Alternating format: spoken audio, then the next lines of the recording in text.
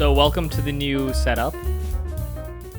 Audio listeners only, we changed Adrian's spare room into, or like construction site of a room, into a little podcast studio. So we have a standing set now. Yeah, it's we're sitting. It's kind of derelict and bare bones. For all of the video viewers out there, you can see that we have two decorations on the wall, and neither of them really match with anything, and they're not at the same height. We're still working out the theme of the video, the content. We're somewhere in between 300 and Van Wilder. And parking. Oh.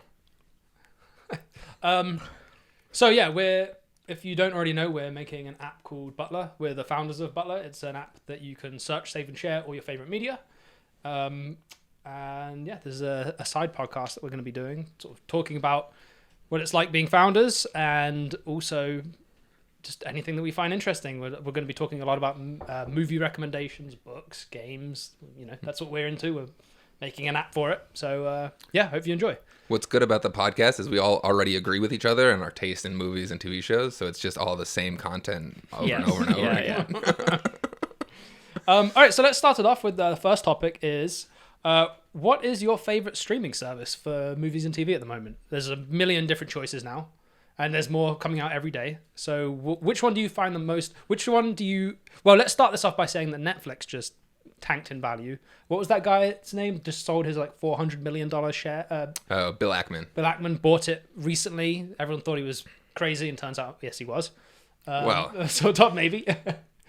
What's interesting, too, about the Netflix thing is that they would have had a gain in viewers, a gain in subscriber count, if they didn't cut off Russia after that Russia-Ukraine invasion. Yeah, is that there were true? 700,000 accounts in Russia that they turned off. Oh, well, that's interesting. Hmm?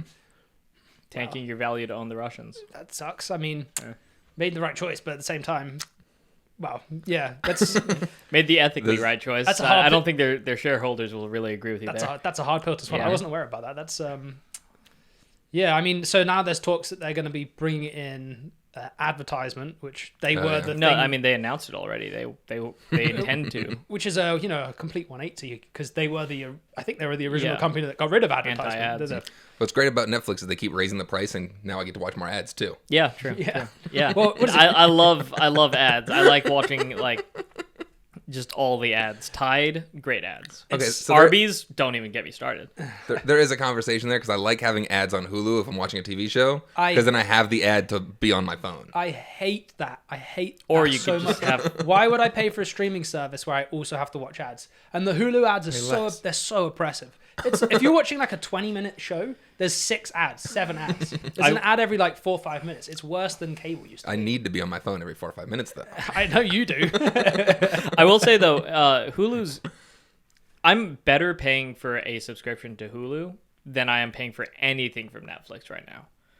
Netflix has some good shows. Queen's Gambit was great. Drive to Survive, great show. Drive to Survive is good. I really like. What's that show called? We were supposed to mind our ums this time, Yeah. right? Yeah. There. This Do you want is to start really describing terrible. it, or Yeah, no. show that I watched on It's there- tip of my tongue. It was a good documentary I watched called Return to Space, which is did you hear about that? from you? It's from Jimmy Chin and his wife Elizabeth. I don't want to butcher her last name. Elizabeth somebody. I'm sorry. It's fantastic. It's about the story of SpaceX from over the 20 years it's been around. It's really good, and it's a story from the inception to getting human beings into space again. It's really good. I highly recommend. But they have good documentaries. They do have good shows, but there's also a lot of garbage. So what I was going to mention was I can't remember the title of it. It's really I like it a lot. It's like it's an animation. The problem is Arcane? I mean Arcane, but Arcane that's not first party. That's something Love, they Death, and contracted out for. Robots? No, it was That was good, It's though. like a sitcom done by one of Alex Enchantment. Disenchantment. Disenchanted. Disenchanted is fun, but like it's not great. It's about like the CIA and like conspiracy theories and shit. I never started. It was really fun. I know What exactly you're what you're talking talking about. I can't remember what it's called. We'll find it and link it in the show notes. Yeah, it's incredible, but I really enjoyed it, and it's probably not going to get a second season because they just disabled their entire animation division.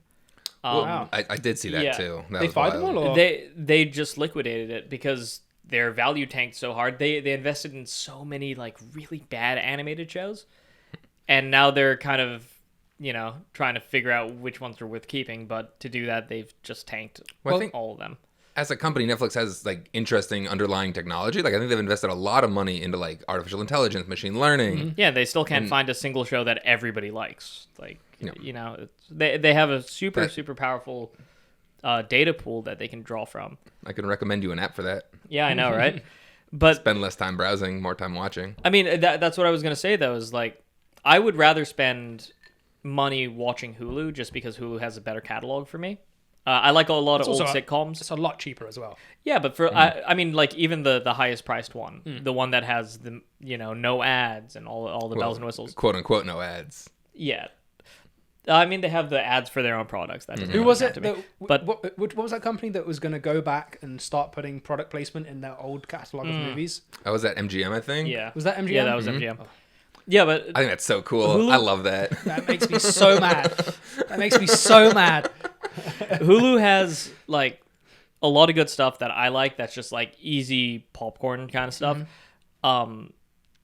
HBO Max, I think, is the best bang for your buck. Yeah, HBO Max, I was going to say, is my favorite at the moment. Yeah, Well, I think it depends who you are. 'Cause it's like they make it easy to find stuff on HBO Max. Very simple Netflix UI. has the best UI and player hands down, with bar none. I think Hulu kind of starts to come close, but HBO Max has first their catalog is fantastic. Their back catalog is great. Yeah, Warner Brothers has so many. If you're looking for movies that were great up until about 15 years ago, HBO Max is where you want to go because 15 years Warner Brothers hasn't put out such Plus great they stuff. bought it wasn't the Criterion Collection. They bought TCM, Turner Classics. Yeah. You have hundreds and hundreds of great movies. The other night, and this is part of the use case for Butler. The other night, I was with my girlfriend and we were trying to find something to watch, and she was like, "Oh, what's on HBO Max?" And I got in like such a rabbit hole, just going like, "That's a good movie. That's a good movie."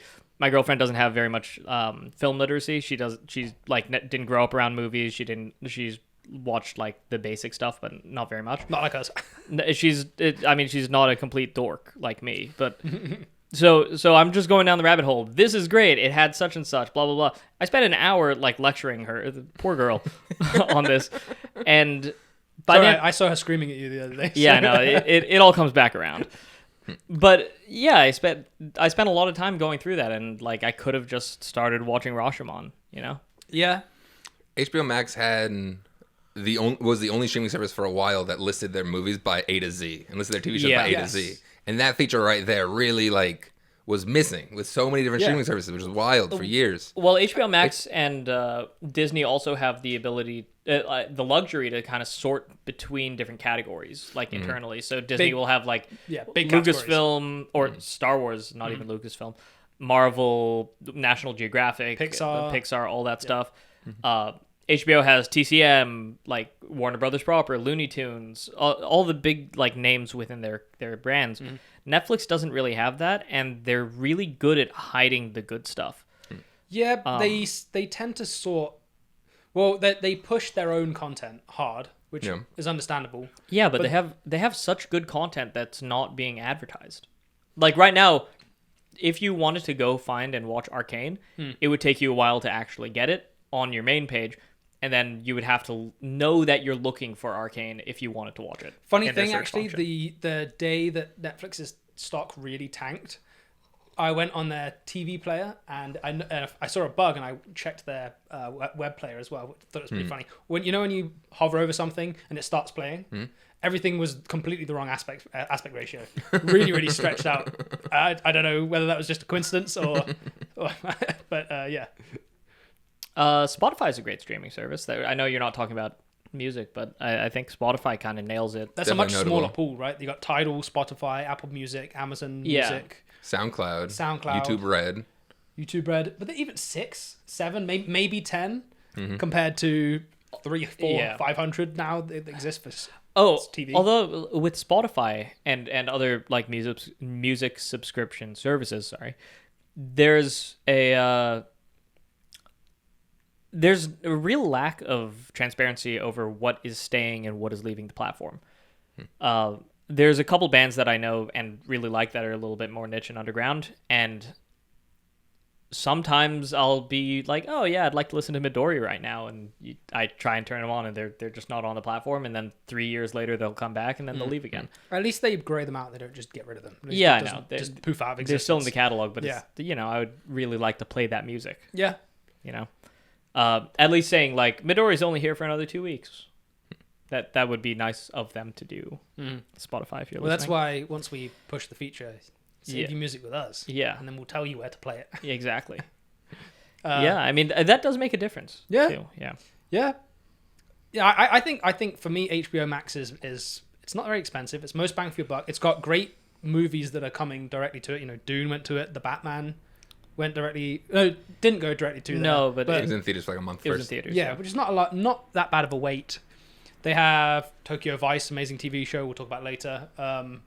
West Side Story. Went to West Side Story kind of went to everything. Oh, okay. Oh, did it really? Yeah, Spielberg's got tons of pull. Like every Makes single sense. company, he goes like, "Hey, screen my shit," and they're like, "Okay, Spielberg, thank you." Yeah. Like, Yes, why wouldn't you? Yeah. It was a great movie. Great movie.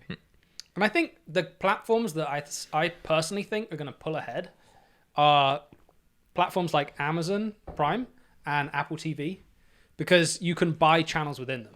So you can have Apple TV and Amazon, and you can buy Paramount Plus, you can buy BritBox, or Yeah, but then we're just back to cable, aren't we? yeah, but without ads. I get your point, but you can stay on that one platform, but get things that aren't, in quotes, on the platform. Yeah. I don't know. I like it. That feels like centralizing in an app rather than just centralizing on my TV. I would rather have multiple different apps for that. That functions as though they're channels anyway. I'll tell you what the worst streaming service is, and you can't really help but kick a man while they're down. But like CNN Plus, whose idea was that? It's gone now, right? It closes on the 30th, so 4 more days. Yeah. I was going to Quibi- say that was my favorite with Quibi. Yeah, Quibi and CNN Plus. I mean, Quibi was so... Quibi, at least, like, they were trying to break into an audience that Well, they tried to exists. create a new category. It's not really. I mean, they've been trying that for ages. Like, Casey Neistat had an app like 10 years ago that I believe they sold to CNN. No, they actually did. They sold it to CNN called Beam. It was called Beam. It was an app where you took 4-second videos, and as soon as you start videoing it, automatically uploaded it. You couldn't review it. Just That's sent pretty out. cool. Yeah, and it got like, I believe it got like 1 million users in a couple of days. It was really popular. They sold it to CNN, And then did nothing but with then it. after that, you have like Vine, Yeah, TikTok. Yeah, But even that's different than what Quibi tried to do Well, with like 5 minutes, 10 minutes. So It's- Quibi was not a user-generated content platform, But it was off they the were same trying. idea. They were trying to capitalize on the short-form market that Vine and TikTok and Instagram Reels and YouTube short Shorts attention created span, Snapchat. with high-profile actors and high-profile products, and that was a terrible idea because it turns out the people that are watching TikTok don't really want to watch a movie. And the 'cause people that- they like the short kind of non sequitur nature of TikTok. in a world where people love to get a whole season of something dropped so they can binge the whole thing, having to wait a week to get 5 minutes 5-minute chunks is of like really annoying. weirdly Yeah. shot, terribly framed film Yeah, that you can only watch vertical. Yeah, I know a couple of people that worked on that, and you had to have 2 cameras running at the same time. It was just a huge hassle. But And I mean, difficult to at frame, least difficult to block. it was a misguided attempt to capture an audience. Yeah. For Quibi. But it's not like CNN Plus where it's like, hey, you like anxiety? How's 24 hours of it all the time? So I don't actually know what CNN Plus. It was I like, only really heard we about should talk it about after Don it. Lemon for a minute. yeah, I have like this irrational just dislike for Don Lemon. I don't know how you could go from Larry King, one of the best interviewers of all time, to his time slot goes to Pierce fucking Morgan. Well, we got rid of him from England, and you guys were like, yeah, We come on just over here. Scooped him up. Yeah, and then for some reason. we had him for like 4 years, and he was awful. And instead of like returning to form, we got Don Lemon, the guy. I mean, like just Don Lemon, Don Lemon, real I don't know CNN much about them. Don Lemon. What about His last name is Lemon. But then what is That's a car that doesn't work. Yeah, but Jack Lemmon was an amazing actor. He had 2 M's in his name. Oh, Yeah. that's the catch. Completely That's the different. catch. It's not. It's a phonetic lemon. It's not an actual lemon. So what actually was CNN Plus supposed to be? Was it was- just CNN all the time? It was it? CNN. All of CNN's programs they would release at their time slot per day, and you would be able to review previous episodes of like Anderson Cooper. Who's going back like fondly remembering, oh, Anderson Cooper from 3 days ago, you gotta watch that. Unless like it's New Year's. Unless it's New Year's and he's really drunk. He decides to drink that one day a year. It's New Year's, he's really drunk, Andy Cohen's there, it's great. But this side of American culture has just passed me by, I think. yeah, CNN Plus is just, it's review old CNN things, really just like riding the corpse of Anthony Bourdain to dust. So did they pull that? Because that was another show that was on, or I think maybe it's still on HBO Max. They pulled it to CNN. Did they really? Yeah. So it's no longer on other platforms? I had a hard time trying to watch some Anthony Bourdain shows recently. No way. Wow, that's so because it just wasn't as readily available as it was was before my- CNN Plus existed. Yeah, that was my COVID show. Yeah, we would we'd code, and then in the evening we watched like a couple of. Which one did you prefer? No Reservations or Parts Unknown? Parts Unknown, because it was the first one I started watching. I've watched like every episode, but we did watch a couple of it's nice. The No Reservation is a lot more frantic. It's lo-fi. Less political. Yeah, it's lo-fi. There's the production value is a lot lower. Like I feel like his writing's a little bit more unhinged too, which is fun because he's such a great writer. I like to hear his voice. Wasn't that the show that he actually really didn't like doing? Yeah. So So yeah, but like CNN Plus was all the Anthony Bourdain shows and the documentary they made about his death and everything else about Anthony Bourdain. It's a fantastic documentary. It's really good. But then it was also what other properties do they have? CNN shows, like literally CNN shows. It was their morning news show at in 7. the evening. There's the news at 8. It was at 9. It was all of that. And then if you didn't have enough Don Lemon, you could watch Don Lemon's fucking podcast where Don Lemon. Full disclosure, we should not have a podcast either. Nobody's listening to this. But I would rather moan about Don Lemon. I would rather listen to me than listen to fucking Don Lemon talk about anything. At least I have opinions and views, and I don't know. He's just a fucking sock puppet. I honestly couldn't describe to you who he was if I tried. I don't care. He's as bland as drywall. Like he's not. No idea who this person Fucking hate Don Lemon. We're gonna have to rename the Lemon Law to the Lemon Law. I mean, I really love Anderson Cooper, or I used to before they like put him on panel shows. He was a good reporter, and just well, now where am I gonna watch Scott Galloway too? There's a huge difference between newscasters reporting in America on the fucking machine that you have going over here to in England. In England, they get on, they talk in a very specific way on BBC or ITV, and then they get off. Whereas over here, it's it's very American. High production value, personalities. They're clowns. You go on the news. They're literally clowns. Did you ever watch Anchorman? Yeah. I mean, Anchorman, I will. Everybody hates on Anchorman 2. I think it had very salient points about how the 24-hour news cycle has destroyed this country. Shout out to CNN Plus. Shout out to CNN Plus. Would you like you hate the 24-hour news cycle? How about more of it? How many more hours can we fit to the 24-hour day? Yeah, exactly. That's the whole premise of the show. Yeah. The service. Like, it's so terrible. Like, They were burning, was it $10 million a day almost? Yeah, 9 million something. You know what the bad part of CNN is? How it has like cable network flow. I would like it without the flow and just like scattershot me the news. Scattershot me anxiety, tell me how bad the world is all the time. Wait, so does CNN Plus have ads or not have ads? Who knows? Who signed up for it? Couldn't tell you. That's true. But like it was just a poorly thought out. Who's really clamoring for that though, right? Yeah. All right, I think we might have exhausted CNN Yeah, Plus. we're done with CNN Plus. Back to Quibi. Fire back to Don Quibi. Lemon. Let's talk about segue to that is I want to talk about targeted ads Very, very, very smooth segue. because I am being harassed right now online by across, CNN Plus. across all services by the Iron Neck. Can you explain what that product is? Yes.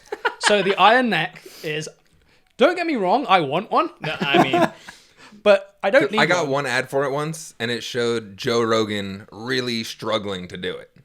It was a disgusting face, kind of and I looks didn't like want this. that on my page. It kind of looks like the shield that you have behind it. It's essentially a hat that you put on with a runner that goes all the way around it, so you can attach a bungee cord to it and stretch your head away from the bungee cord, and then do exercises with your head by like rotating it left, rotating it right, turning your body left and right. It's supposed to like it's neck stabilization, doing all the little stabilizer muscles in your neck, which is really good for you, especially if you're doing wrestling or posture. It's supposed to be great, but it's $500 or something. Yeah, like $500 to look like Sweet D from high school and Always Sunny. What was her nickname?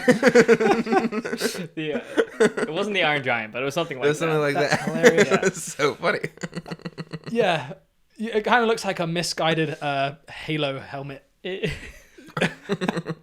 It looks like if you jumped off a building wearing that, you could probably land safely. But don't get me wrong. If I could afford one, I'd absolutely buy one to add to my pile of like useless exercise gear that I use a couple of times and then just put in a corner. Well, you'll need one of those to recover from all of your one-wheel injuries. Oh yeah. Another product he wants to buy. Another thing that I will absolutely buy. Can you wear the one wheel while you wear the Iron I'm Neck? sure you could attach the iron neck to a wall behind you and sort of like just drive away from it. Or you could attach the iron neck to the back of the board, so you have to lean forwards. So I'm wondering if you can get an iron neck and get a second one, attach them together, do partner exercises. Oh yeah, definitely. We should do that. Absolutely not on your life. On the next podcast. Yeah. On the next podcast, we break our necks. If we ever get an office, that's how we're settling disputes. One wheel jousting. Neck via neck. Yeah. Two iron necks tied together. Yeah. Don't get me wrong. I want one of these things, but you sent two me, of them. I want two of them. You sent me a video of one. Yeah, because it looked. I thought It looks goofy. I saw that thing and I was like, "That's hilarious." It looks like just the kind of stupid shit that Alex would buy. Well, I think I first sent it to you on April 1st. Oh yeah, no, yeah. And you asked if it was an April Fool's joke, and I couldn't quite tell in the moment. And then every ad I got for the next 2 weeks was for Iron Neck. It Next really 2 looks weeks. like a parody. It's every ad I see on Instagram, on Twitter, and on YouTube. That Every ad spend single is ad. egregious right now. Every single ad. Is it just me, or are you guys seeing these same ads? And I I've used had to this get has it. been like a month now as well. If you go on Instagram and you look at videos of puppies and you search for videos of puppies, They send you videos of iron necks. they'll Yeah. say, Their ad spend, their marketing department must have a ridiculous budget. Either that, or they've nailed me on the targeted ads. they're like, you know what this guy needs? Yeah. He needs more neck. He keeps searching Yeah. for it. I want to turn myself into a thumb from Spy Kids. Yo. Just fucking no, it looks terrible. It looks like it feels awful too. Speaking of which, Spy Kids, they're doing a Spy Kids, God bless, reimagining or whatever. God bless Robert Rodriguez. I think that he is great. I think the Book of Boba Fett was a hilarious misstep, but I don't necessarily blame him just because like who could have signed off on I it? liked the Book of Boba Fett. I don't want. Wait, you're talking about the TV show, right? Yeah, the TV Yeah, show, I liked it. The one All right, with so I have the a hard stupid time- little speeder bikes. I didn't like all of it. Most I of it didn't was like- bad. There were two episodes that were good, and it didn't feature the title character. Well, yeah, that's true. It was Yeah. basically. I messaged you. I said, do you think that they realized that the first 2 episodes have done badly, so they quickly shoved the first A episode different- of the next season of The Mandalorian in? Which is not. I don't think is the case. It but couldn't have been I just was because wa- the story had to develop that Yeah, way. But I was watching like, what's going on that now? finale was such a letdown too. Like so boring. So many cooler ways to do that. I think that exact story could have made a pretty decent like 90-minute TV special. Yeah, it did seem like filler. Yeah. We'll see what they're going to do with the next season and how it's going to tie into the new season of The Mandalorian. I was thinking for a while of like doing a re-edit of it. I think you should. But first I would have to, Watch get it. the actual footage. I'm fine to watch it again. I kind of know the targeted areas that I would cut out. Hint, it's all the fucking flashbacks. I still haven't seen it. It's like 90% flashbacks I don't of think stuff you'd like that it. doesn't really matter. But I know what I would cut out. I know what I would do. But like I was going to do that up until the last episode came out. And then I watched it and I'm like, there's no way to make this finale seem like a good climax to anything. Yeah. Yeah, but don't get the Iron Neck. I want one. Don't buy and that. I will buy one eventually. It's And weird. if Iron Neck, if you're listening to this, your targeting ads have worked. You can sponsor this And podcast I'm- whenever you want. Yeah, and I'm poor, and I would love a free one. Thanks. Alex doesn't do any other ISOs. Yeah. He's literally just doing neck exercises. If I had an Iron Neck, I'd code with it and I'd attach it to the wall in front of me, so I'd constantly be like this, stretching back. You'd rather be in tension than... Yeah. Or I'd tie it to the ceiling. Like this. Ooh, my posture's great. If you do that, you'll get too used to it. Then you'll start walking around like a chicken, Bob. Yeah, but then I'd get one of those, like, those baby, the baby things that you sit a baby in and they sort of waddle around. Yeah. I'd get a big one that's constantly holding my head up. So I could just sort of bounce around. That's actually Can we great. get some concept art for the podcast? I was gonna say that's a great visual for like a movie villain, like a dude who's just like hanging limp Constantly, from something from yeah. the ceiling, and he's like moving around kind of. But that was the his story neck of is Boss like, Baby, wasn't it? do not bring up the Boss Baby in my presence. I never watched it. It doesn't end well. The first one or the second one? There's a whole TV There was show two? too. Yeah, There's a TV show. in the second one they're adults and they get like re-babified. Oh my gosh. The Boss Baby cinematic universe is weird. Okay. It's almost as weird as the A Dog's Blank, like A Dog's Tale, A Dog's Story, A Dog's Journey. I was gonna go There's on that like same hundreds tangent. of those. If you search the app and search Minions, it is wild how many movies, TV shows they've made. I had no idea. If you went back and you asked George Lucas in the 1980, no, 19, let's go say 2000s. What he thought a Minion was? Well, no. That too. But if you asked him, hey, in about 15 years' time, there's going to be an emoji movie. Well, he wouldn't know what emojis are, but there's going to be movies made of all the Smiley games, faces. Sonic. I'm blanking on any of Uncharted, the Halo, yeah. Detective Pikachu, which was a game, but really not. Was it really? Yeah, it's just I had no idea. It's literally just okay, and it ends before the climax. It's terrible. That means you loved it. No, it's okay. It's a fairly competent detective game. The movie was superior in every way. I still think. Oh, I Detective thought you were talking Pikachu about was the movie. underrated. I thought you were talking I about like the movie. I like the movie a lot. I think the movie. First off, the CGI in that movie was beautiful. I couldn't get past the first 10 minutes. Oh my god, the first 10 minutes are the worst part of the movie. Easy. Just fast forward it every 5 seconds. How you watch a YouTube video. Whatever they did for the CG to make like the hair simulation is really really good for fur. And they also shot the entire thing on film. Did they really? Yeah, the entire thing was shot on film, and then they added like so 3/4 of the cast CGI. is digital. Yeah. Why would you do that? I don't know, but it looks really good. Like right. honestly, the Sounds like cinematography a- in that is fairly decent and competent for a Detective Pikachu movie made out of a game that nobody played. Yeah. Yeah. So let's move on to our next topic, I think. Oh yeah, no, I was gonna Is- say with targeting, Yeah. it's weird how algorithms start targeting people. Follow my. That's actually a great also segue. Follow my Twitter for more hot takes. But I wrote a couple days ago a tweet thread, like a week and a half, 2 weeks ago, a tweet thread. I saw Sonic the Hedgehog 2. Definitely recommend watch it. And I wrote a tweet thread about how it's absurd that we're living in a time where they have made Sonic the Hedgehog, Uncharted, and Halo into live-action properties in the same year. And Sonic the Hedgehog 2 is the only, not even the best one, the only good one. The other two are bad, like objectively, formally bad. Sonic the Hedgehog 2 was great. Jim Carrey's awesome. What's his name? The worst. John Ralphio. He's so good in it. He's so good. But This is yeah, another movie that I haven't seen and probably won't see. yeah, it's fun. Watch it. I did a tweet No. thread on that, and for the last 2 weeks, every single thing on Twitter has been Sonic the Hedgehog, and like I don't even like Sonic that much. I know enough to get by, but like it's okay. I'm in the Iron Neck position, except with Sonic the Hedgehog, which is like I'm not target audience for that. But what are the ads? Is it just for the movie? It's not even just ads. It's like it'll give me things on my feed from people talking about Sonic the Hedgehog. And like I don't know who you guys are and what background you're coming from, listeners, viewers, How dear many audience. Sonic accounts are you following? Zero, literally Just zero. putting it out there. I don't know who the viewer is right now, but let me tell you, the Sonic the Hedgehog audience is a very weird like group of people. I don't know if like I would associate with that. I'd like to thank every single one of you for watching this movie and supporting Sonic. Sonic the Hedgehog. Yeah, the movie, great. The people who like it, I don't know. alienate our like, audience. I'm glad that they're happy. I'm not interested. I'm glad that they're happy, Unless they're but- I'm only watching a Sonic movie if there's chows. That's it. That's gonna be the next one. Is it really? Probably. I mean, they're bringing spoilers. Whoa, okay. Spoilers for Sonic the Hedgehog movies if Oh you're man, there's disinterested. somehow there's spoilers for the Sonic the Hedgehog movie. I think if people have made it this far into the podcast, they don't really care what we're talking about. Yeah. I right, care. So you may as well talk about the next Sonic. Don't worry about the spoilers.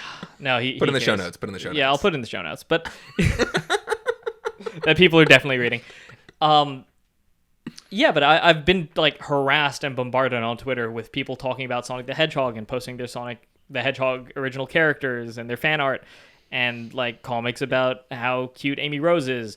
And like I don't want to see any of that stuff, man. I got that out of my system when DeviantArt was still a thing. But Is that still a thing? it is. Around, Is it? Most of the people have moved to like ArtStation or Behance and stuff like that. Become professionals. Yeah, but the way that algorithms target people based on just one or two things, it sends you down a weird spiral, and it's inescapable. Well, the public Twitter GitHub account just posted an open folder for their algorithm. Today? Maybe 2 days ago, a couple days ago. Really? It's an empty folder right now, but Okay, because that's what we'll see what that's happens. Yeah. Musk was talking about. Yeah, I which guess is that's- a good idea. I think. Yeah, I mean, open source Twitter. Yeah, at least be able to show people what the algorithm's doing. Shit is gonna hit the fan so hard. I don't know how, but something's gonna go wrong. There's gonna be like a boolean that says like, if like Sonic, give them so many accounts. It's gonna specifically name Sonic the Hedgehog. Like we're just gonna fuck with this guy. You look at it, it's like a couple of million lines of code. It's just every single all topic. if statements. Yeah. One long if statement. If, That's machine else, learning, if, dude. It's just. That's machine learning. I'm trying so hard to get out of this rabbit hole. I've been retweeting and like tweeting. What's about, the else? If like Sonic, do this. Else. else recommend them tweets about Elon Musk. Else shadow ban. No, it's else recommend them Elon Musk or Will Smith slapping Chris Rock. Those are the only two other things going on in the world right now. Like, Well, no. they're the only two that matter. Can we cut? So, I want to talk about because we're now Dropping a grumpy. We're now it's important for us now to build a Twitter following, and because it's a great way to advertise Butler and to get feedback and engagement. So, what have you guys found for you that has worked so far? You've been on Twitter and doing Twitter the longest. I mean, I created my Twitter account like 12 years ago and then never used it until like a year and a half. Yeah, same with me, but I still barely use it. Yeah. I created And mine you- like 3 months ago. Yeah. It's been interesting to like meet people on it and like talk about like interesting stuff. It's like a whole like, I don't know, like What have you found that's worked for you for gaining followers? I haven't done that yet. You haven't found it yet? I'm sitting at like What about 350. Engagement, yeah. Yeah. I found that normally you got to find the right thing to retweet. If normally your tweets themselves, unless they're really informative for a niche, the people that like you like them. The people that follow you like them, but you don't really gain followers from doing that. I found that from like engagement on other people's posts, like if Product Hunt posts a question, I have to reply to Product Hunt, post a link to Butler, and then I'll get a couple of people messaging me on Twitter and then following me. But that's the thing I've found most effective. Although we found with the official Butler account that we seem to be getting a lot more engagement when you post a meme or an image, not just text. Images do the best in my very, very short experience. Personally, the only reason I started attaching images to things is because I find just plain text really boring and it's hard to stand out. Like, again, I get 3 million tweets about Sonic the Hedgehog on my homepage because I don't follow that many people. And it's trying to desperately get me engaged with a community. And most of it is like just people bitching about Sonic the Hedgehog in text. And then every so often I'll get some weird art that's like, oh, I got to stop and look at that for more than like half a second. And that changes the way that you interact with stuff. So I started putting images on like most of my personal posts and then also on almost all of the Butler posts. You've been going off about you've been doing a lot of tweet threads of your weird little niche interests about Look, man, I think they're insightful. yeah, they're insightful. I like we them. don't Keep doing choose it. what we love. What we love chooses us. Well, when we get to the what you're watching section Yeah. in a bit, I want to talk about. Have you seen the Batman yet? Nope. Okay, I want you to gotta talk a little bit about some of the stuff that you've Yeah. noticed. It won't really spoil anything, but yeah, that's very interesting. Yeah, but like I've been getting like a little bit of mileage out of that. James Gunn, please retweet. Please reply to me. I'm desperate. You did do a good. I did a good thread. very. Do you want to explain that now, or is this not appropriate? I mean, I did. It was in the movie. It has to be appropriate. I think you should explain it. Okay, so they're in Suicide Squad, the movie. I'm gonna try and like shotgun this in 30 seconds. In the movie The Suicide Squad by James Gunn, not the David Ayer one. Yeah. Which one? They did there's a joke that was in the trailer about how Project Starfish, John Cena goes like, "Hey, Project Starfish. Starfish is a slang term for butthole. Do you think that could be related?" And that is the setup for the ultimate payoff in the climax, where Starro the Conqueror is devoured by rats from inside. Explain that this is, if you haven't seen the movie, this is a gigantic monster starfish that like controls people's brains. But there's a couple interstitial things that lead me to believe that the entire narrative, either the joke was specifically laid out and formulated as a very quiet reference to the plot, or the entire plot was because James Gunn probably found it funny to make the plot about a butthole. And it's one of the two. James Gunn's got a history with scatological humor. I just think that it's a genius joke, and I wish more things were like that. Yeah, I mean, read the Twitter thread. I'm not gonna give it away here. I need followers, bro. That's true. Yeah. I hope you're right, because follow me for more. Yeah. Intentionality is always funnier, I think. Yeah, I mean, it's just so creative to do something like that, and I think that I haven't seen it mentioned anywhere. Maybe it's really obvious, and like I'm just late to the party. Maybe. But if it's obvious, no one's wrote it down yet, so... Yeah, I guess so. Well, at least that we haven't found. So I think that's fun. I have a couple other Twitter threads that I've been, like, cooking up. I need to start, like, publishing. Like the Elon Musk one about candy bars. Explain that now. I think that's... Okay, so a Reddit post about 3 months ago led me to watch a very bizarre interview on the Babylon Bee podcast, where they got Elon Musk in the studio and then had a sit-down interview with him. Fun thing at the end of the interview, they ask him like a whole bunch of questions about Christianity. It's super weird. Is he Christian? No, they are. They are. Like, one of the questions is like, do you believe in God? And it's like, what? The man that's been telling everyone that they're brains in jars. Yeah. So it's really weird. He's having a grand old time, or as much as a robot like him can. Yeah. He prefers the term Techno King. Techno King. That's his SEC filing. He's a robot. Anyway, And so Blockhead Jack. Yeah. yeah. So he's on the podcast, and at one point in the podcast, he talks to the Babylon Bee guys about how much he loves candy bars, and it was with reference to like how he gets interested in a business and decides to start one versus acquiring and stuff like that. And he talks about it and says that one time he was really into candy bars and he wanted to make his own candy bar. So instead of like just going into it, he decided to do market research. He got hundreds of different types of candy bars, tried them out, and tried to find what niche was missing. And he ran the calculus and said that it would be more expensive to find the niche, produce a niche, build a brand, and sell it than it would be to just acquire an existing candy bar company. So he didn't end up doing it just because he thought it was too expensive and there wasn't enough return. But about a year later, Babylon Bee is indefinitely suspended on Twitter. And then a month later, Elon Musk buys Twitter.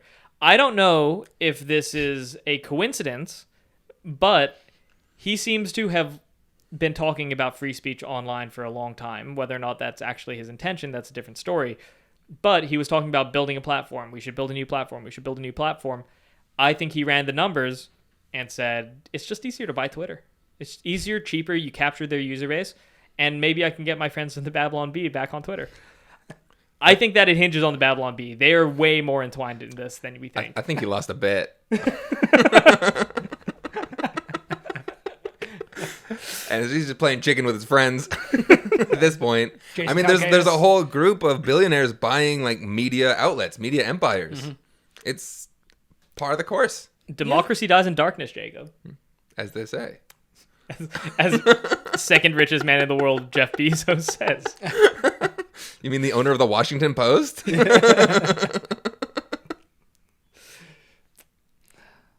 So before we move on to our last topic, which is the what are we watching, what are we enjoying at the moment? Anything else you guys want to talk about? Tickle your fancy? Anything interesting that's happened in the past week? It looks guess like not. you're looking expectantly at me. I don't know what you expect me to say. Like, it seems like you had. I'm just curious to know what you're. How y'all doing? Yeah. I'm doing good. I made a good burger the other day. We had some leftover burger patties, so I made a double burger with Gouda cheese. Did you throw any of the freshly kimchi grated. on there? No, I didn't do kimchi because I thought it would overpower it. I did make I did make caramelized onions. And made a what great else? matzo You're soup the other missing day the as well. other key ingredient What? in your burger. What? Was the cut up butterfly hot dog. Oh yeah, cut up butterfly hot dog. Ugh. Hebe nuts. Gorgeous. Hebe nats all the way, baby. You got to put those Hebe nats on your burger, otherwise you're not getting that sweet, sweet, sweet artery clogging protein. It's really good. Yeah, but then I slapped the whole thing in A1 steak sauce because I'm disgusting. Really good. On a burger? Recommend it. Yeah. All right, maybe I'll do that later. Your people call it brown sauce. Are you It's the same No, thing. A1 steak sauce isn't the same as brown sauce. It's the exact same thing as No. brown sauce. What's the What difference? color is it? Worcestershire sauce is the same thing as well. Where is that? Point to it on a map. That's where I'm from. That's where I'm from in England. Worcestershire. That's not how you say it. I saw the label myself. Worcestershire. Yeah. Why do you spell it Leicester, but pronounce it Leicester? Leicestershire. Leicester. Why do you do that? Wait till you see how they spell Bicester.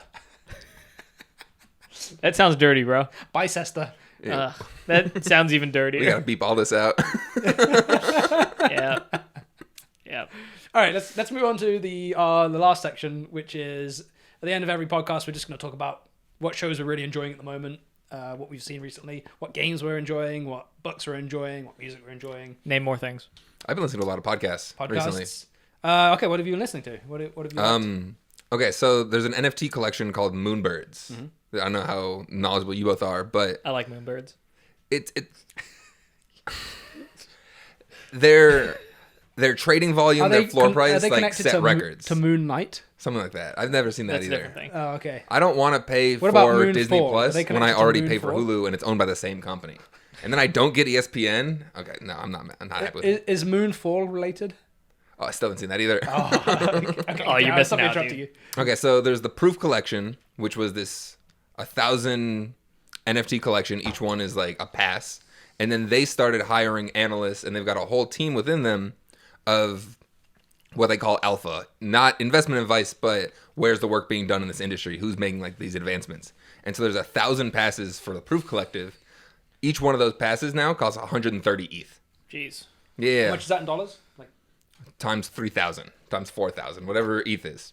And the founder of this, Kevin Rose, also has a podcast. And so he's really interesting.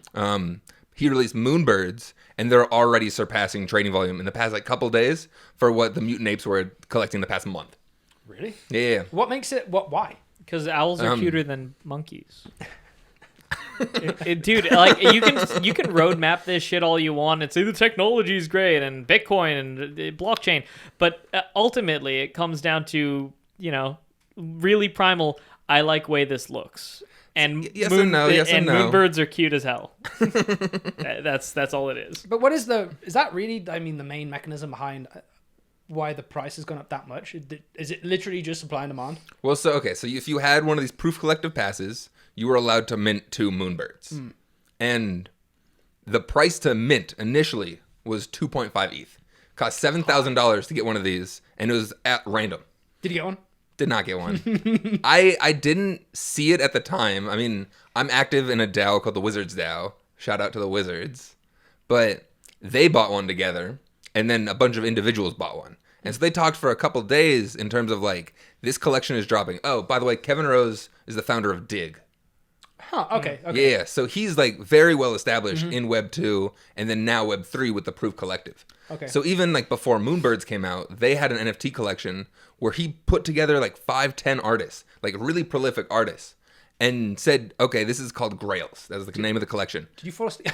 You're just staring at it. I'm listening. You buy one of these NFTs, but you don't know which artist does it. And so he even got the artist behind CryptoPunks. And so they had a bunch of art that they didn't quite release as part of their collection that they then released as NFTs as Grails. Okay. And so he was able to do this whole interesting because he really focuses on the art with this. You buy one of these, you get a random art piece by these 10 artists. Some of them ended up being really worthwhile, really incredible, really monumental. And now Moonbirds are just following, like, that was probably the best NFT release, like, of the year. Because we just hit the 1-year anniversary of the Bored Apes. Yuga Labs started almost exactly 1 year ago when you can pick one up for $300. And real quick, before you relate that back to a podcast, I want to ask you about, I haven't talked to you about this, but didn't you get some guy blew up a Lamborghini and then sold parts of it? Yeah, so that's another artist I like. Yeah. And you got a piece, right? Yep. And is that, so can you explain that, what it was? Okay, so there's another artist called Shlomes, which he's done a bunch of installations before. He did another NFT collection called Shards, where he blew up a toilet. But for this one, he blew up a Lamborghini. The technology's great, guys. And so he was able to get artists that would 3D scan individual pieces of this Lamborghini Huracan, blew it up into 10,000 pieces, documented each one. There's now like a label for one. So you don't get the physical piece? No. Okay. I got like a portion of like the windshield wiper fluid and like container. How much did you pay for it? 0.3 ETH. Okay. I got it close to the floor price. I got a couple of good offers for it, but I like what that artist does. He's cool. He's interesting. Sorry, I just want to interject here. Blowing up a toilet and selling it is A, hilarious, B, like that's such a weird perversion of like The Fountain. Go on. You know The Fountain? No. The movie? No, Marcel Duchamp's The Fountain. TV show. Oh, the piece of art from it's a Dadaist art piece where he literally just took a urinal and wrote fountain on it in French. Oh, really? I don't know about this. And he put it on. We'll put it up. Where's the space? Here. Yeah. No, they were all pointing to a blank wall. It was a landmark piece in modern art, and it was literally just a toilet. And I think that this is kind of the next. There's intentionality behind the choice of a toilet. Absolutely. And if this is an actual artist and not just some YouTuber doing it for kids. Same with the Lamborghini. I like that. Yeah, Lamborghini has like a lot intrinsically to say about like wealth and value and stuff like that. Well, there's a whole term in crypto of when Lambo. It's you're expecting the collection or the coin, whatever you buy, is gonna skyrocket in volume, and then you could buy a Lamborghini. Yeah. So that already has value. Intrinsically, a toilet is the opposite of value. It is so common. It is scat. It's disgusting. But this relates it to like further art history, which I think might be kind of neat. And I don't know. There's value to that. Okay, so putting back. Sorry, I'm dumb. Okay, so I've been listening to the Bankless podcast, the Proof Collective podcast. Bankless had Kevin Rose on it. That was what kind of first got introduced. They're both podcasts about NFT specific collections or just about cryptocurrency, NFT, cybersecurity, all within that world. All stuff that I kind of am interested in. I'll listen to those. 3 Cartoon Avatars is still pumping out great content. Yep. They just did an interview with Keith Raboy. Oh, really? So now they're changing up their format a lot, which is really interesting. And then those guys, like, I feel like I can more strive to them than I can strive to, say, like, the All In podcast. Like, those guys are in such, like, a different stratosphere than I feel like I'm going to be at. Whereas, like, 3 Cartoon Avatars, I could still, like, fool myself into seeing I could be one of them. I'd say be ambitious. It's still ambitious. They're quite successful. They're very successful, yeah. There's another personality I found on Twitter called Michael Girdley. He's got a podcast called Unusual Acquisitions. Where he talks I've listened to that before. Yeah. He talks about businesses that you just wouldn't quite think of and how successful they can be and how to run them efficiently. I listen to them when I go on walks or do workouts. What about you? Have you been listening to anything good, podcast-wise? Wizard and the Bruiser. Shout out to Holden McNeely. That's been going for ages, right? Yeah, it's been going for a long time. He and Jake Young, they put out an episode on Animorphs last week. Nice. Which is such a good episode. They read... so, like, I used to love the books, whatever. Awesome story. Insane for a children's story, the kind of stuff that they go into. And they go into it in the episode, but they read a really interesting passage from the author, K.A. Applegate, or one half of the author. It's a husband and wife duo. Where a lot of people found that the finale for Animorphs, the last book, was it's a downer ending. It's such a letdown. It's like you have this entire like 50 book series leading up to an intergalactic war, and it ends with like child soldiers and war crimes and you know, a couple of the characters get disabled and die and like all this stuff, and everybody's depressed at the end, and the war's over and everybody's happy except the main characters are like broken, shell-shocked human beings, and they all go on to do, they're like completely separate and never talk to each other again. And a lot of people were like, I just read 50 books and you give me that ending? Like, that's really sad. And the author, they read an open letter from the author right afterwards about like, the next time we are on the precipice of great things as humanity. So the next time somebody like says, we need a war, think about this and how disappointing it was. And think about your brothers and sisters and your fathers and mothers and your families and everybody you know, and think that this could happen to them. And that is the true outcome of war. There's no fanfare. There's no glory. It's just broken people. And that letter was released in like July 2001, which, you know, 3 months before 9/11. Oh, wow. Yeah. So it just like blew my mind. Wow, that's some weird prescient stuff for a children's book series sold by Scholastic at book fairs.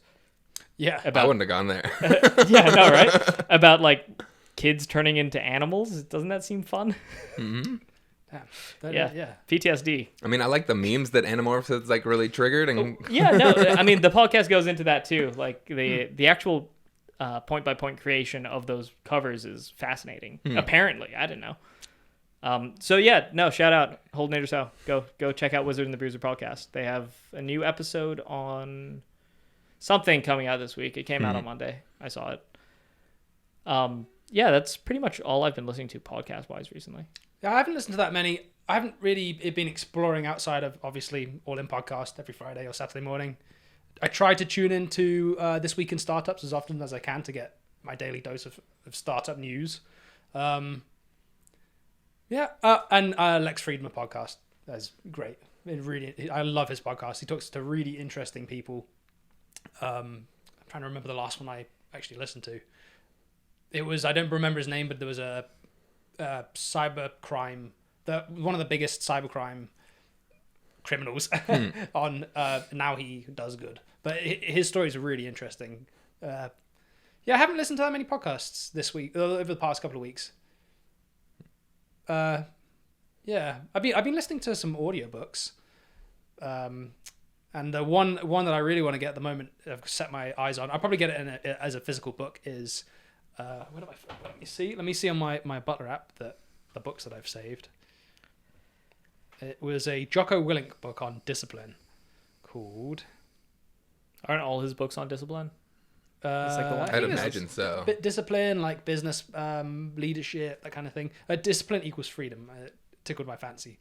So I think I'm going to go for... Is that the whole title? Can you please... Discipline equals freedom. Tickled my fancy. Can you please stop saying tickled my fancy? Tickle my fancy, why not? Which part used your fancy? It's a butt. Oh! I'll tell you what. I'll tell you exactly why I haven't been listening to podcasts. Because I listened to the audiobook of Tokyo Vice. So I think it's the best show on TV right now. It's called Tokyo Vice. It's on HBO Max. Shout out to @StageWriter on Twitter. Yeah, @StageWriter, the boy. J.T. Rogers is the creator, showrunner. It's I believe his first TV show. He's done one other movie called Oslo. Thank you, Jamie. And he's written a whole bunch of plays. But this TV show is fantastic. It's set in Tokyo. It's based on a real story of a guy called Jake Adelstein, who was a 19-year-old American reporter that moved to Japan and became the first American writer at one of the biggest Japanese newspapers. And it's the book itself is a memoir about how he kind of got embroiled with the Yakuza and just kind of what it was like back in the 1990s in Tokyo, and he's mainly reporting on the Vice Squad, like the crime, and how the police and the newspaper and the Yakuza all kind of have this weird triangle where they all kind of have mutually work together it's really interesting. But I watched the first 2 episodes, I think, or 3 episodes that were out, immediately went and bought the audiobook, listened to all of that, and now the last episode, the 8th episode, is coming out this Thursday. But I think it's fantastic. It's like really evocative. It makes me want to go to Japan and just eat all the food and hang out in some of the nightlife. It's really good. It's a neon noir detective thriller. It's brilliant. You should all watch it. Best thing on TV right now. Best show on TV right now. Yeah, Ansel Elgort, Ken Watanabe. Yep. Yeah. And a bunch of like fantastic. I'm guessing they're Japanese actors. Yeah. They're really good. Really good. There's if you like Tokyo Vice, you should play. I don't know. I would say play Yakuza 0. The game. It's Fun. It's really fun. It's goofy as hell. But it does take place during that same time period, like I think late 80s, early 90s in Japan during the property boom. And the entire like main plot, it's such a like interesting way to start the plot. It takes place regarding a tiny like maybe 100 square foot plot of land in the middle of Tokyo. And how there's disputes between rival bands of the Yakuza and the cops and property developers and all these other things trying to take this one patch of land that doesn't matter. They're just going to turn it into the same building that's right next door to it. Really good intrigue, fun gameplay, dumb story. It's the only game where you can beat up a whole bunch of thugs and then go sing karaoke. Well, that was something that after I watched those first 3 episodes, before I bought the audiobook to listen to, I was like, I need something that's exactly like this to watch, because this is I can't wait for the next episode to come out. And I couldn't find anything. So hopefully, Butler will solve that. We'll be able to give like very good targeted ads recommendations for that, because the only thing that I could find that was remotely similar was a show called Giri Haji, which is a British, I believe it's BBC made it. I think Giri Haji stands for Duty Shame. It's a 10-part series, and it's kind of the reverse. It's a Japanese detective who is sent to England, where his brother, who he believed to be dead, is being hunted by the Yakuza, and he has to go to England and sort of work with the English police to catch his brother, who's on the run and doing crime in London. So if you watch Tokyo Vice, or you do watch Tokyo Vice, and you feel the same way as me, check out Giri Haji. It's on Netflix. Talk about it on our Discord. Yes. Should probably link that in the show notes too. Yeah, let's plug that at the end. What else did? Oh, so because you brought that up, I just started thinking about interplays between Japanese and Western culture. I just had to save it again because I watched it in college. There's a movie called Kumiko Treasure Hunter by the Zellner brothers, or David Zellner, I think, was the one who directed it. But it's about a woman from Japan who gets obsessed with the movie Fargo, and it's based on a true story in the same way that Fargo is based on a true story. It's kind of an amalgamation of several things. She gets obsessed with Fargo and then comes to America by herself to look for the cash that was thrown out of the car into the snowbank near the end of Fargo. Spoilers. Knowing that it's... She thinks it's... Because at the beginning of Fargo, they say, like, this is based on true events. She comes to America and tries to find that. And it's also based on an actual true story of a woman who did that. And it's a really bizarre story. Yeah, I'll send it to you now. Definitely give it a go. Also, the Zellner brothers in general are great. Say their names again, sorry? Zellner. What else? Zellner. They did like Kid Thing was really good. I watched that in school too. I haven't heard of couple other very interesting things. They're like mumblecore directors. Same group of people with like Mark Duplass. Oh, okay. Yeah. Let's see. I wrote down another thing that I don't think we talked about it last podcast. West Side Story. You haven't seen it yet, right? I haven't seen it yet. It's no spoilers. Yeah, I thought other than Romeo and Juliet. Brilliant. Mm-hmm. It's absolutely fantastic. It's I think it's like Spielberg and his DP. Sorry, what is his name? Lubezki. Yeah. I feel like the culmination. Was this Lubezki or Kaminsky? Kaminsky. Yeah. I feel like they've worked together for so long now. This is kind of all of their technique has what they've learned over the years translated directly into this movie. I mean, the way he blocks a scene and moves a camera. used to work in the film business as a PA, AD, producer, like physical production on set. Watching some of those shots, there's some unbelievable Steadicam moves where the way it's moving and the way that you're also looking into a mirror but not seeing the camera, and then the camera turns around, you're looking into another mirror and you're still not seeing the camera. Just watching it was both amazing and painful, because I was like, how many takes did this take to nail this? To do like a simple scene too. It's not anything amazing happening. And the way, and I mean the focus pulling and the way he's moving from frame to frame is so good. Well, so good. I mean, personally, this was my favorite showing of any of the Oscar-nominated films this year. I think all the performances are great. I think all the performances are great. Director snubbed. Who won best? Oh, Dune won cinematography. This was better than Dune cinematography. Dune was a good movie, but there's just something about the way that Spielberg moves his cameras and blocks his scenes and sets up shots with his cinematographer is fantastic. This was also sort of, it didn't have a lot of the Spielbergisms that I found. Yeah, it had some Spielbergisms. It's not too schmaltzy. Yeah, it's not too like, feel goody in certain places. Oh, and also, well, first the amazing cast. The way cameras move in Spielberg films are entirely motivated. There's never a camera moving just to have a camera move.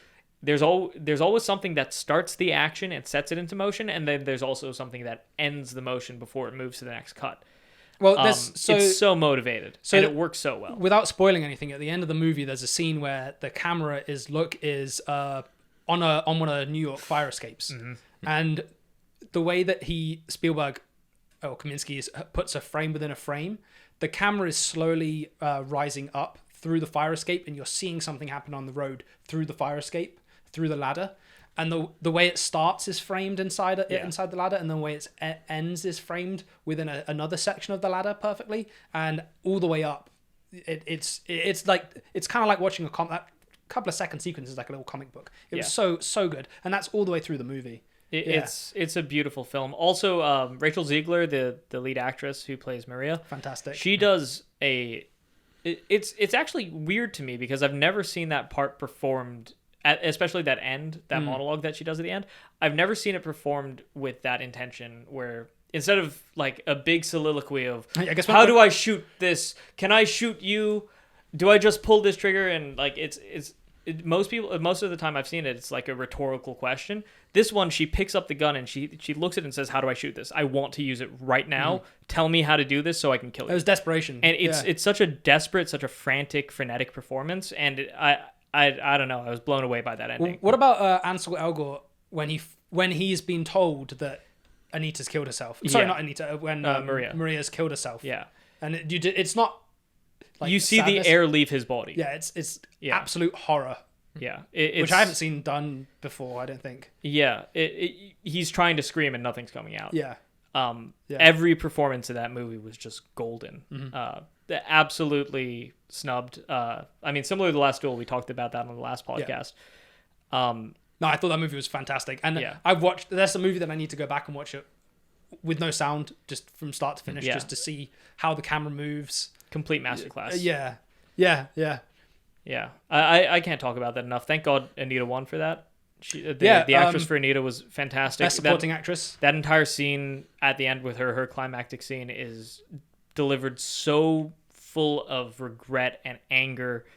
I don't know. I don't think there was another performance or a series of movie where every performance was this tight for me. Also, shout out to the guy who played Riff. Riff was great. Riff's actor. He's like a stage actor, but he did a fantastic job. He had like such charisma on screen. Yeah.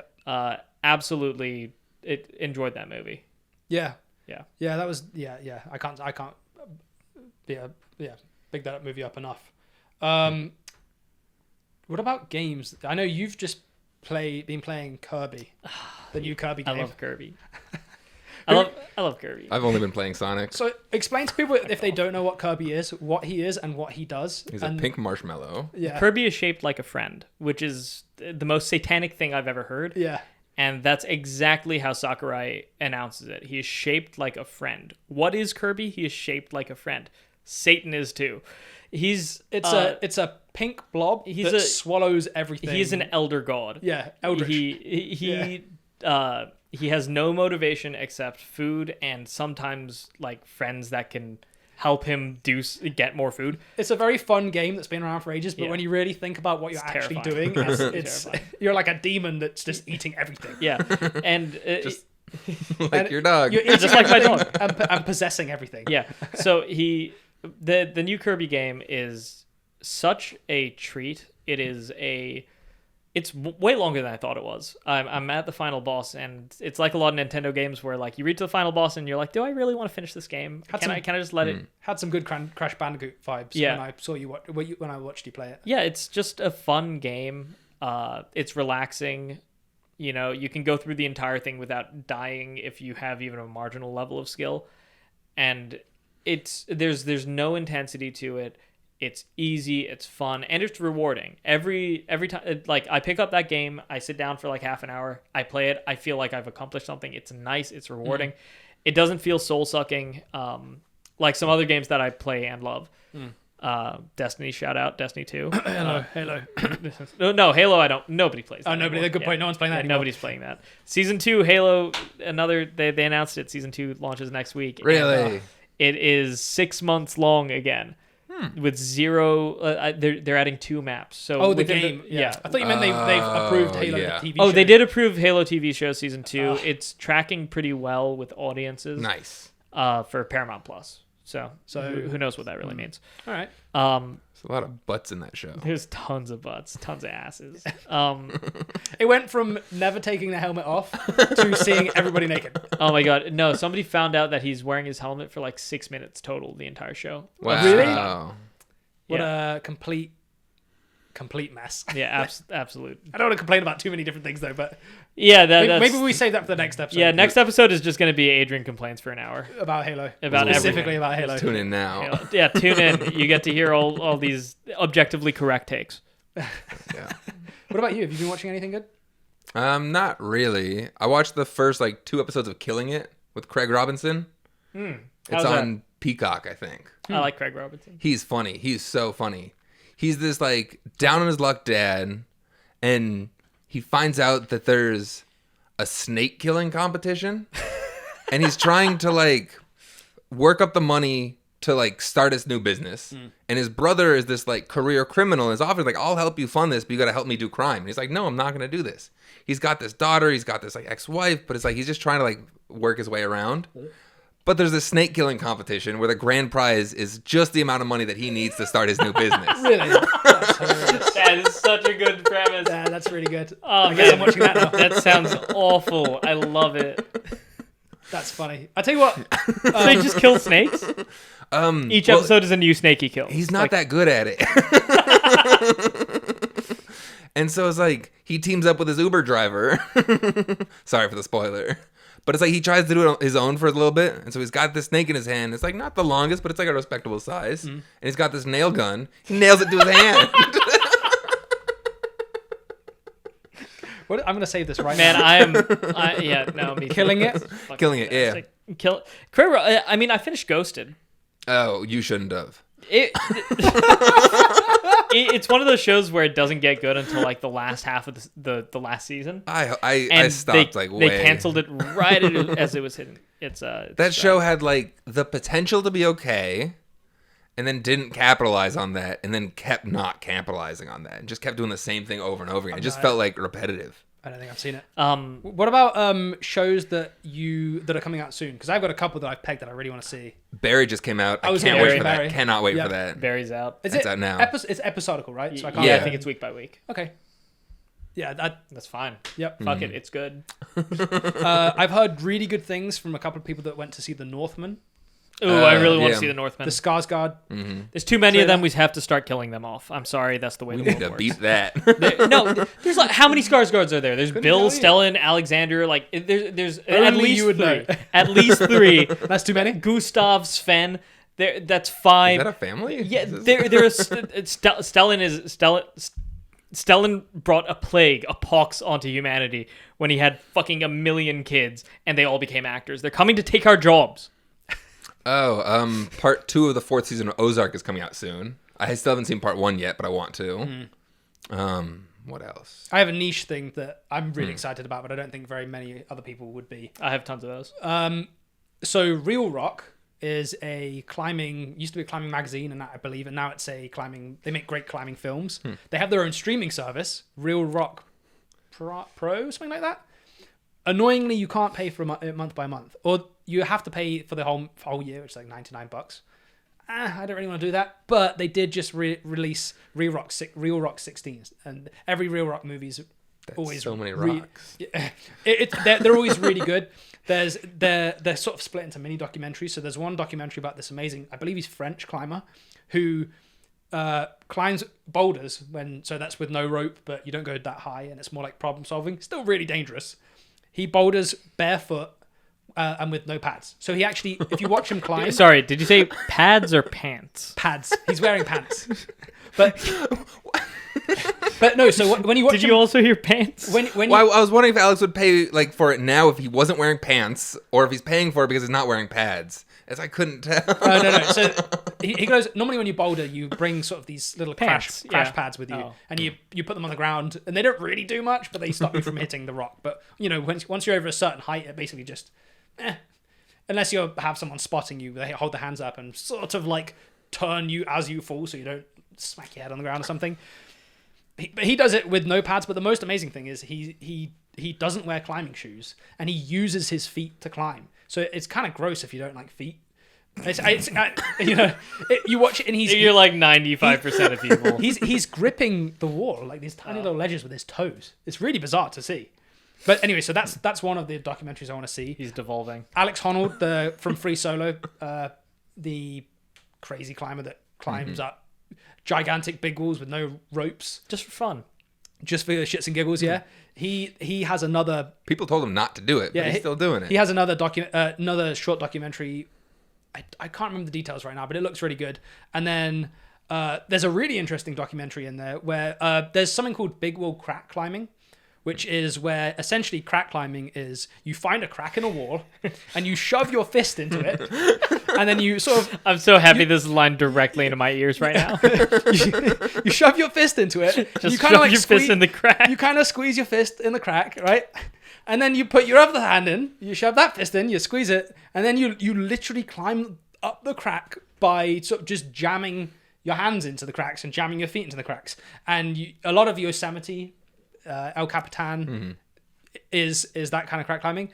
So I think the two English climbers, they wanted to find what is the ultimate crack we can climb. Don't laugh. Bro, I mean... they wanted to see what is the ultimate crack that they can find. And there's a huge movement in climbing at the moment. Your mother's? Called urban climbing, where where you find interesting like buildings or features on architecture to climb, and this guy finds this essentially it's an underpass. It's a huge bridge where the two sides of the bridge are close enough together to form a crack that you can actually climb, and I think it's a couple of miles long. And so they build special rigs that they can sort of hook over it so they can drag their gear behind them. They can hang portaledges so they can sleep up there. And the whole documentary is of them of climbing the ultimate crack. So they're climbing the underside of a bridge. Really interesting. Upside down? So the bridge is horizontal, yeah. And they're climbing across it, but hanging from their hands and their feet along. That is kind of insane. And it sounds like a fantastic documentary about like just something that I've never even considered a possibility. Yeah, exactly. It's really fascinating, and they're living up there for a couple of days. I haven't seen the documentary. I believe they lived up there for a couple of days. I think that they're sleeping there to get the lay of the bridge. Yeah, they're sleeping there. They're eating there. I believe they had like really got to absorb the culture. I think people would come out and watch. I believe that the police turned up at some point. Hey, what are you doing up there? You can't climb that. That's honestly the main reason why I want to see this documentary. What are you gonna do about it? But come and get me. But yeah, that's Real Rock 16. So I'm very interested. I'm really hyped to see that. I don't know whether will you understand it if you watch the previous 15. How? I don't think it's so. This is a streaming network. Yeah. Wait, he finished climbing here, but now he's starting climbing there. Wait. Is Dwayne Johnson involved? Wait, no, this is the whole streaming network just about rock climbing? Yeah. How pissed do you think CNN is right now? Rocks. Those fuckers over rocks. Oh, another show that I wanted to watch was People of Earth, which I believe you've seen. People of Earth is good, yeah. Yeah. Yeah, that's it. That's it. Who did that? What was the... What That's else the did he same do? guy. Oh, that's right. That's the same guy that just did. What was it called? The show about pirates. Oh, yeah. Our Flag Means Death. Our Flag Means Death. Which Definitely is, give it a watch. That You was on think so? HBO as well. Yeah, HBO as well. I really I enjoyed saw the it. trailer for that and I did not have any interest. It's pretty good. It's not the best thing ever, but it's cute. I enjoyed it. It was just sort of a fun, relaxing. That sense of humor. I like that sense of Yeah, humor a lot. it's Taika Waititi and Rhys Darvis, who are Yeah. both like It's- very, very big people. I was turned off by the cover. It's based on a true story of Blackbeard, who was a real pirate, and I don't remember the character's name, but essentially a landowner, Stede Bonnet. Stede Bonnet, Yeah. who was a successful businessman and landowner, who got bored of being a successful businessman and landowner, and decided to build himself a pirate ship and then go pirating, and he meets Blackbeard, and they have in real life they have this odd relationship where Blackbeard kind of takes him under his wing, joins in him. his like flotilla, and William Goldman, who is a fantastic screenwriter. He wrote Princess Bride. He wrote the book and the movie Princess Bride, but he also wrote not Bonnie and Clyde. God, what's that movie where it's the western where raindrops keep falling on my head. They're cycling through to what the fuck is it called? Brokeback? No. I can't quit you. No, not that movie. One of the he's written a whole bunch of movies, but this was his big script that he wrote and never could get made. Was about that. So this is a comedy series about the same story, and it's just very casual, easy watching. It's cute. It's worth a go. Short episodes. Yeah. Right, It's like 30 minutes a piece. Yeah, I really enjoyed it. It was any more of Taika Waititi's sense of humor. I'm always happy to watch in the background doing something. I'm trying to think. I think that's everything I have on my Butler list at the moment. Oh yeah, definitely watch the Batman though. Oh, Yeah, do you want to talk about that before we? I mean, sign for like off? 10 seconds or Yeah. something. We So, don't need to go I into watched it. the Batman 2 days ago. We can do a relaxed episode, just like talking about it later. But Really good. It's really good. Yeah. Beautiful shots, beautiful cinematography, great performances from everybody. I don't think there was a bad performance in the lot. How amazing is Colin Farrell's Dude, makeup, his prosthetics? even if they touched it up a little digitally, the fact that he's delivering a facial performance through that amount of like latex is incredible. And if you like it, there's a Penguin TV show. Yeah, they're making Really? a TV Yeah, show they're making a spin-off Penguin TV show. just Cool. about like the Penguin after the events of the film. Same director. Yeah. I'm liking these director TV show spin-offs. I like James Gunn with Peacemaker. Peacemaker. Yeah, I like them because, like, especially with Peacemaker. Peacemaker was written by James Gunn while they were filming Suicide Squad, just because he liked John Cena's performance and wanted to see more of it, and was exploring the character. And then they decided to actually produce it, and that's kind of the way it feels with this Batman thing. DC did not have a lot of faith in the Batman coming out, so they didn't greenlight a sequel until after it had already performed at box office. And it feels like these spin-offs were things that they wanted, that the directors and creators and everything wanted to explore even in the film. So it feels very rich, it feels very motivated, and it feels very like intentional on the director's behalf. Like they wanted to make this stuff, so they are making it, not that they're mandated by a studio to make spin-offs. And I really like that. As opposed to things like that's a totally different ethos. Yeah, as opposed to things that also Warner Brothers and DC doing, like the Flash movie or the Batgirl movie, where they've taken directors who have artistic senses and put it through the meat grinder and written out all the interest, and and are ending up making perfectly serviceable like popcorn films, but they're missing a lot of heart and soul as part of a bigger machine. Yeah, but the Batman is the only good Batman film. I'll die on that hill. It's better than any other Batman film ever made. It is the most filmic of the Batman films, and it is the most Batman of the Batman films. Yeah, I think it's the most Batman of the Batman films. Although I did really, really enjoy Heath Ledger's Batman. Yeah, it's okay. I know you. I have thoughts about that. Yeah, we're not going into Yeah, this right we'll now. leave it for another episode. Yeah. Definitely watch it though. Beautiful shots. A lot of really cool stuff they're doing with like costume design and general production. The production design was amazing. Yeah, Gotham looks good. Really good. His suit looks good. Every like artifact in it has a story somewhere in it. I'd love to have walked around Wayne Tower, I guess. Not tower. Wayne Manor anymore. Yeah, that gothic office room, I guess, was with the really low hanging, I don't know what they're called, or ornaments. Have you seen that? I think I linked it in the Discord. But you guys need to watch it. It's really good. Yeah, definitely. Also, like good soundtrack, good audio. Oh yeah, I thought the use of music in it was brilliant, and use of silence in it. Yeah, there's a lot of big instrumental moments where there's, pun kind of not intended, but where there's no music tracks. Yeah. Like it'll just be world sounds. The Batmobile key scene is like the biggest thing that stands out. There's like almost no music in a good 5 to 10 minute chunk of the film. Mm-hmm. And it works. It's super intense. I really appreciate it. Yeah, I think we actually have to wrap up because I believe you needed to be somewhere at 4. It's 4:20 now. Nice. Yeah, sorry about that. It's all good. But no, so yeah, we'd love if you guys. Hopefully you enjoyed the episode. We're going to keep doing these. If there's any questions you have for us, let us know. If there's any recommendations for us, let us know as well, because we're always looking for the next best thing or something interesting to watch, read, listen to. We're obviously making an app. We're the founders of an app called Butler. We'd love if you could go. We'll leave links to all of this. If you could go download Butler, test it out. It's in open beta at the moment. We're trying to build the best tool possible for people that love media like we do. And what we'd also love you to do is we have a Discord where it's the best way for you to give us feedback, to ask for. Yeah, we'll put it. Best way to give us feedback, to ask us for what features you want. Tell us what you want and we'll build it for you.